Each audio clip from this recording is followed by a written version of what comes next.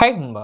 அண்ணனுக்கு சினிமா சந்தோஷத்தில் ஏற்றம் முதல் இறக்கம் வரை உள்ளூர் சினிமாவிலேருந்து உலக சினிமா வரைக்கும் எல்லாத்தையும் அலசி ஆராயிரும் அப்படின்னு சொன்னோம். ஆனால் நம்ம ரீசெண்ட் டேஸில் அதிகமாக ஒரு சில ஹாலிவுட் படம்னா இந்த 7 சாமுராய் அப்படிங்கிற அந்த படத்தை பற்றி மட்டும்தான் நம்ம ஹாலிவுட் படத்தில் பேசியிருக்கோம். வேறு எந்த படமும் நம்ம ஹாலிவுட் ரேஞ்சுக்கு பார்க்கவே இல்லை. கொஞ்சம் நம்ம தமிழ் மூவியை வச்சு விட்டுட்டு கொஞ்சம் ஹிந்தி மூவியில் கொஞ்சம் பயணிப்போமா. என்ன பயமே சிந்தாமே மேற்கு போல் கருதிய மாதிரி குச்சி போல் கருதிய அது மாதிரி ஏன்னா ஹிந்தி படத்துக்கு போயிட்டுருக்க திடீர்னு தவிட்டேன் அப்படின்னு கேட்டால் அதுதான் நான் ரீசெண்டாக பார்த்த படத்தை சொல்லலாம். நான் நிறைய படம் பார்க்குறேன். இந்த நம்ம மூவி கிரிட்டிக்காக வந்ததுக்கப்புறம் நான் எல்லா படத்தையும் பேச முடியாது, அந்தளவுக்கு டைமும் பத்தாது. ஆனால் இந்த படம் என்னம்மா நீங்கள் இப்படி பண்ணி வச்சுருக்கீங்களேம்மா அது மாதிரி தான் இருக்குது. இதை பற்றி சொல்லணும்னு வச்சா அதை சொல்லலாமா, இல்லை இதை சொல்லலாமா, அப்படி தவன் நானே அதை சொல்லலாமா, இப்படி ஒன்று பண்ணி வச்சுருந்தேன் இதை சொல்லலாம், என்னடா பண்ணி வச்சுருக்கீங்க அது மாதிரி என்னைய மண்டையை சொறி வச்ச படமும் லாஜிக் மிஸ்டேக்லாம் நிறைய கொண்டு வந்த படமும் இந்த படம் தான். யூனிவர்ஸ்னு ஒன்று கொண்டு வந்திருக்காங்க. நம்ம எல்லாருமே யூனிவர்ஸ் கொண்டு வரணும்னு ஆரம்பித்தா எல்லா படத்தையும் நம்ம பார்த்துக்கிட்டே இருக்கோம். லோகேஷ் கனகராஜ் தமிழ் சினிமாவில் யூனிவர்ஸ்னு கொண்டு வர ஆரம்பித்தா ஹிந்தி இண்டஸ்ட்ரியில் ஸ்பை யூனிவர்ஸ்னு ஒன்று கொண்டு வந்திருக்காங்க. ஆனால் ஸ்பை யூனிவர்ஸுக்கான எந்த பிஹேவியருமே அவங்க தெரில. அவங்க ரா ஏஜெண்டா இல்லை ஆர்மி மேனா எந்த வித்தியாசமும் தெரில. இன்ன வரைக்கும் நம்ம என்ன பார்த்துருக்கோமோ அதை கொஞ்சம் ஒரு கலக்கி மாதிரி போட்டு தான் இதில் கொடுத்துருக்காங்களே தவிர வேறு எதுவும் புதுசாக அப்படின்னு நீங்கள் இந்த படத்தை எதிர்பார்த்து வந்தீங்கன்னா வாய்ப்பு இல்லை. இதோட சரி பலவனும் பேசாமல் நீ எப்படி ஸ்டோரி தானே சொல்லுவ அப்படின்னு கேட்டால் இதோட ஸ்டோரி லைனும் சொல்லலாம். இந்த கதையோட கண்ணோட்டத்தில் டைகர், ஜோயா இந்த 2 பேர், அடுத்து இன்னொரு இதில் வில்ல பாகிஸ்தானி, இதில் முக்கியமான 2 பேர் இருப்பாங்க. இன்னொரு சைடு ரேவதி, அந்த சைடு சிம்ரன். என்னப்பா இது ரேவதி சிம்ரன்னு கேட்டிங்கன்னா நம்ம சிம்ரன் பாகிஸ்தானி பிரதமராக அந்த இதில் நடிச்சிருப்பாங்க. நம்ம ரேவதி இதில் ஒரு ஆஃபீஸராக நடிச்சிருப்பாங்க. இங்கே 2 பேர் தான் முக்கியமான கேரக்டர். ரேவதி அவங்களோட ஆர்டர் படி டைம் பாஸ்னு ஒரு மிஷின் இருக்கும். அந்த மிஷினு டைம் பாஸு மிஷினை எதை டைம் பாஸ் பண்ணோம் அதெல்லாம் இல்லை. நம்ம சல்மான் கான் வழக்கம் போல் ஸ்டைலில் துண்டை போட்டு அடிக்கிறது, கீழே பெல்ட் அடித்து அடிக்கிறது, அது மாதிரி அடித்து ஒரு ஆளை ஒரு வழியாக காப்பாற்றி கொண்டு வந்தால் அவன் இந்தியா வரத்துக்குள்ளே பாதி வழியிலே செத்து போயிடுவான். அவன் செத்து போயிடு. அவன் சொன்ன ஒரே ஒரு காரியம் என்னென்னா, டைகரு நம்ம இந்தியாவுக்குள்ளே ஒரு டபுள் ஏஜென்ட் இருக்கான்ப்பா, அவனை கண்டுபிடிச்சிருப்பா அப்படின்னு சொல்லி முடிச்சா அடுத்த செகண்டே செத்துருவான்.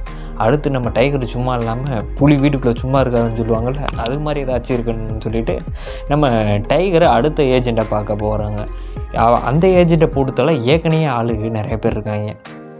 எல்லாரையும் நம்ம வழக்கமான ஸ்டைலில் நம்ம சல்மான் கான் புரட்டி எடுக்க அடுத்த ஸ்டெப் வந்தால் ஒரு பொண்ணு, அது பொண்ணா பையனான்ற ஒரு பிளாக் ட்ரெஸ்ஸில் ஒருத்தன் அந்த வண்டியில் வந்துக்கிட்டு இருக்கான்.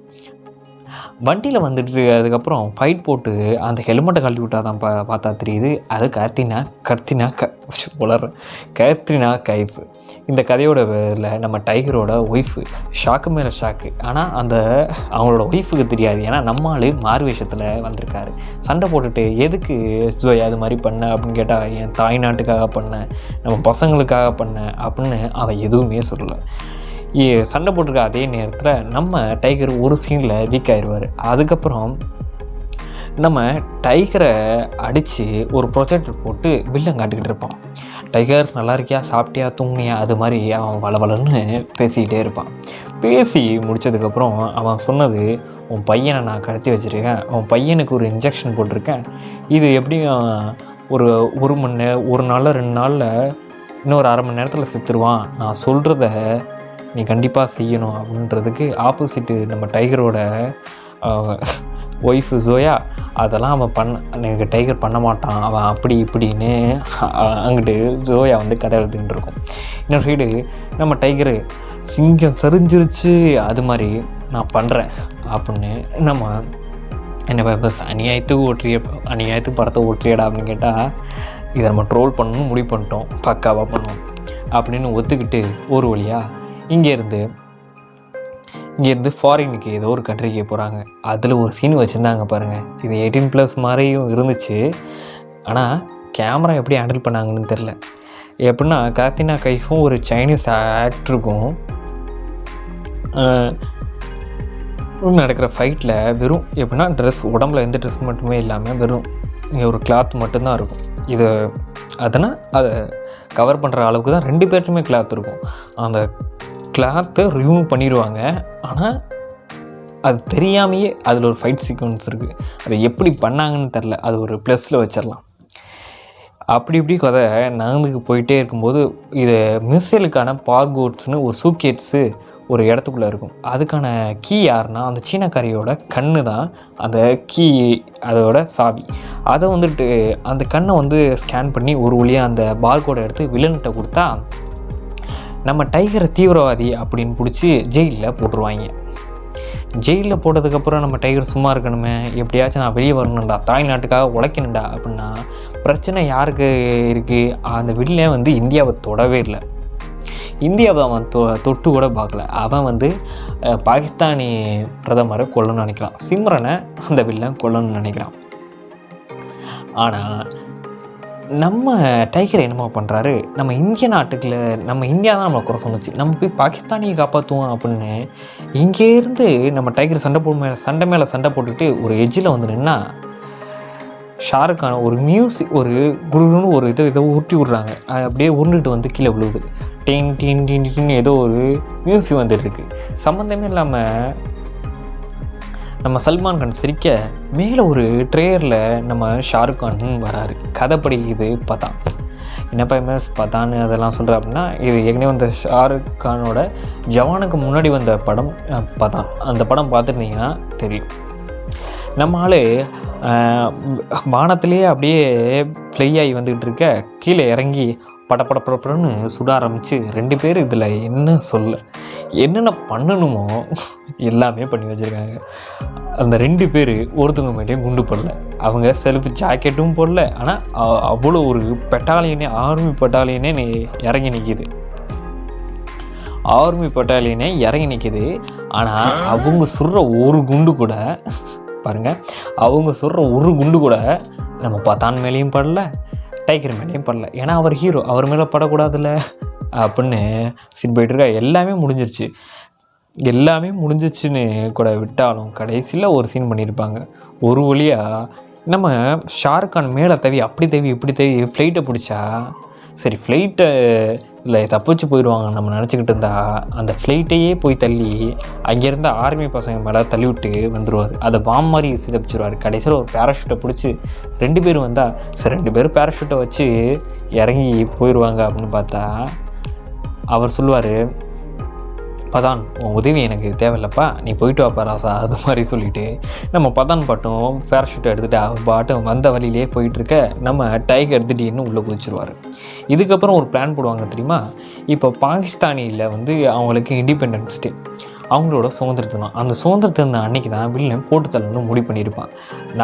நம்ம டைகரு வேகமாக பாஞ்சு புலி மாதிரி ஓடி அந்த வில்லனை போட்டு தள்ளணும்னு தான் பிளான். ஆனால் அதுக்கு இவங்க ஒரு பிளான் வச்சுருப்பாங்க. சமயக்காரன் மாதிரி வேஷம் போட்டுக்கிட்டு சமயக்காரனை உள்ளே போயிட்டு அதில் இருந்த இவங்க கூட ஒரு சின்ன பையனை கூட்டிக்கிட்டு அவன் தான் இவங்களுக்கு ஹேக்கர். அந்த ஹேக்கர் பையனை வச்சுக்கிட்டு கொஞ்சம் கொஞ்சமாக நகர்ந்து ஒரு வழியாக அந்த வில்லனை பிடிக்க போகிற அதே நேரத்தில் அங்கே சிம்ரனை வந்து கீழே ஒரு பாதாள லாக்கர் மாதிரி இருக்கும், அண்டர் கிரவுண்டு செக்யூரிட்டி பிளேஸ் மாதிரி இருக்கும். அந்த பிளேஸில் நம்ம சிம்ரனை ஓரளவுக்கு வைக்க வச்சுருப்பாங்க. அடுத்த சீனில் இல்லாமல் ஃபேமிலி ட்ராமா மாதிரி ஒருத்தன் சுட்டு ஒரு 4-5 பேர் தான் அந்த இடத்துலையே தேருவாங்க. கடைசி ஒரு வழியாக வில்லனை அடித்து போட்டுட்டு நம்ம பாகிஸ்தான் சிம்ரனை ஒரு வழியாக காப்பாற்றி அவங்கள ஸ்பீச்சுக்கு அனுப்பிடுவாங்க. அவங்க பேச அதே நேரத்தில் கடைசியில் அந்த வில்லனை போட்டு தள்ளிட்டு கடைசியில் ஜனகணமனகன்னு ஒரு சின்ன பசங்க பாட அந்த மியூசிக் ப்ளே ஆகும். இதோட இந்த கதை ஓவர். என்ன ஃபேமஸ், நீ உட்காந்து வளன்னு பேசுகிறதோட இந்த படத்தை இப்படி ஓட்டி தள்ளுறியே, என்ன தான் இந்த உனக்கு பிடிச்சது? உண்மையை சொன்னால் அந்த படம் எனக்கு பர்சனலாக பிடிச்சது. ஆனால் ஒரு ரிவ்யூவரோட கண்ணோட்டத்தில் இந்த படம் லைட்டாக ட்ரோல் பண்ணுற மாதிரி தான் இருந்துச்சு. ஏன்னா நான் நிறைய ஒரு லாஜிக்கில் எதுவுமே கிடையாது. ஸ்பை யூனிவர்ஸ்னு சொல்கிறாங்க, ஆனால் ஸ்பை யூனிவர்ஸுக்கான எந்த இதுவுமே இல்லை. இதில் பிடிச்ச விஷயம் ஒரு டெக்னாலஜிக்கலாக கொண்டு வந்தது. இந்த ஐகோட் ஸ்கேனர்னு ஒன்று ஒரு ரிங் மாதிரி பண்ணியிருந்தாங்க, அது சூப்பராக இருந்துச்சு. அதோடு இது ஒரு டேக்கலான ஃபைட் சீக்வன்ஸில் அந்த வெறும் டவலை மட்டுமே வச்சு, ஏன்னா கொஞ்சம் அது ஒரு கொஞ்சம் இருந்தாலும் கீழே ரிமூவ் ஆயிரும். அதை அவ்வளோவா டேக்கிள் பண்ணி அது கேட்டால் ஏன்டா அதெல்லாம் பண்ணீங்க அப்படின்னு தான் தோணுச்சு. இருந்தாலும் அது கொஞ்சம் வித்தியாசமாக இருந்துச்சு. மிச்சப்படி டைகருன்னா ஹீரோனா போயிட்டுருக்கு பேராஷூட்டில் இறங்கியே வரலாம், இல்லை வச்சு காரை எடுத்து போகலாம், அந்த பேராஷூட்லேயே இறங்கியிருக்கலாம். தண்ணிக்குள்ளே குதிக்கணும், 4-5 பேரை ஒரே இதில் அடிக்கணும், துண்டை வச்சு அடிக்கணும் அப்படிங்கிறலாம் ஏன் அப்படின்னு தான் இருந்துச்சு. இந்த படத்தோட ப்ளஸ்ன்னு சொன்னால் கொஞ்சம் விஷயந்தான் இருக்குது, மைனஸு ஏகப்பட்டது கொட்டி கிடக்கு. இது ஸ்பை யூனிவர்ஸ்னு சொல்கிறத விட சாதாரண ஒரு சண்டைன்னே சொல்லிட்டு போகலாம். இது என்ன லாஜிக்னா, இந்தியா சொன்ன குறைக்கு பாகிஸ்தான் தான் இவங்க மேலே கேஸே கொடுத்துருப்பாங்க. அந்த பாகிஸ்தானை நான் போய் காப்பாற்ற போகிறேன் அப்படின்னு சொல்லுவாங்க. பாகிஸ்தானிக்கா எதுக்குடா நம்ம இந்தியாவில் எத்தனை சோல்ஜர் இறக்கணும் அப்படிங்கிற லாஜிக் தான் அதில் இருக்கும். சில பேர்லாம் அதில் லாஜிக்கே இல்லாமல் நிறைய பேர் இறப்பாங்க. இன்னொருத்தன் அந்த சின்ன பையன் மாதிரி இருப்பான். சின்ன பையன் சொல்ல முடியாது, அவன் சம்மந்தமே இல்லாமல் ஒரு பாம் மாதிரி எடுத்துக்கிட்டு வில்லன் மேலே போய் விழுவ வருவான். அதை ஈஸியாக டேக்கிள் பண்ணி அவனை அப்படியே போட்டு சிதற அடிச்சிடுவான். இது மாதிரிலாம் ஏன் அப்படின்னு தான் தோணுது. ஏன்னா ஜவான் படத்துலேயும் அது மாதிரி ஒரு சீன் வந்துச்சு, சம்மந்தமே இல்லாமல் போய் விழுவுறது தெரிக்கிறது அப்படிங்கிறது. அங்கிட்டு அந்த சினிமாவுக்கு அவங்க ரொம்ப எதிர்பார்க்குறதாக இருக்கும்னு நினைக்கிறேன். ஆனால் என்னையை பொறுத்தவரை இந்த படத்துக்கு ரேட்டிங் எவ்வளோ தான் கொடுப்பேன் அப்படின்னு கேட்டால் 10க்கு 5 தான் கொடுப்பேன். என்னப்பா இருந்தால் 5 தான் கொடுப்பேன்னு கேட்டால் பர்சனலாக எனக்கு 100% சாட்டிஸ்ஃபேக்ஷன் ஒரு நார்மலான வியூவர் மைண்டாக. ஏன்னா நான் அது மாதிரி படம் பார்ப்பேன், அது எனக்கு பிடிக்கும். ஆனால் ஒரு ரிவ்யூவராக வந்தால் 10க்கு எனக்கு 5 தான் என்னால் கொடுக்க முடியும். அதுவும் கேத்ரினா கைஃப், NBMS கேத்ரினா கைஃபுங்கிற எல்லாருக்கும் பிடிக்கும். கேத்ரினா கைஃப் அது மாதிரி எனக்கும் பிடிக்கும். கேத்ரினா கைஃபுக்கும் நம்ம ஷாருக் கானுக்கும் 2 பேருக்குமே கொடுக்கலாம். அப்போ சல்மான் கானுக்கு கொடுக்க மாட்டியா அப்படின்னு கேட்டால், என்னப்பா அவர் துப்பாக்கியே தேவையில்லை போல், துண்டை வச்சு வீசின்னு வீசியை முடிச்சு போட்டே எல்லாரையும் க்ளோஸ் பண்ணிடுவார் போல்.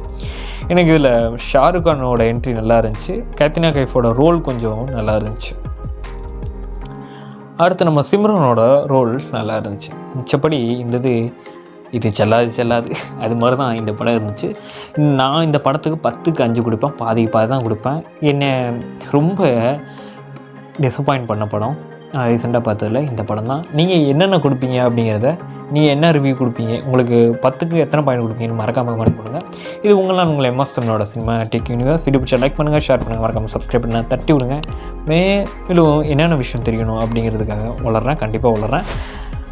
சாரி கைஸ், சப்ஸ்கிரைப் பண்ண தட்டி விடுங்க.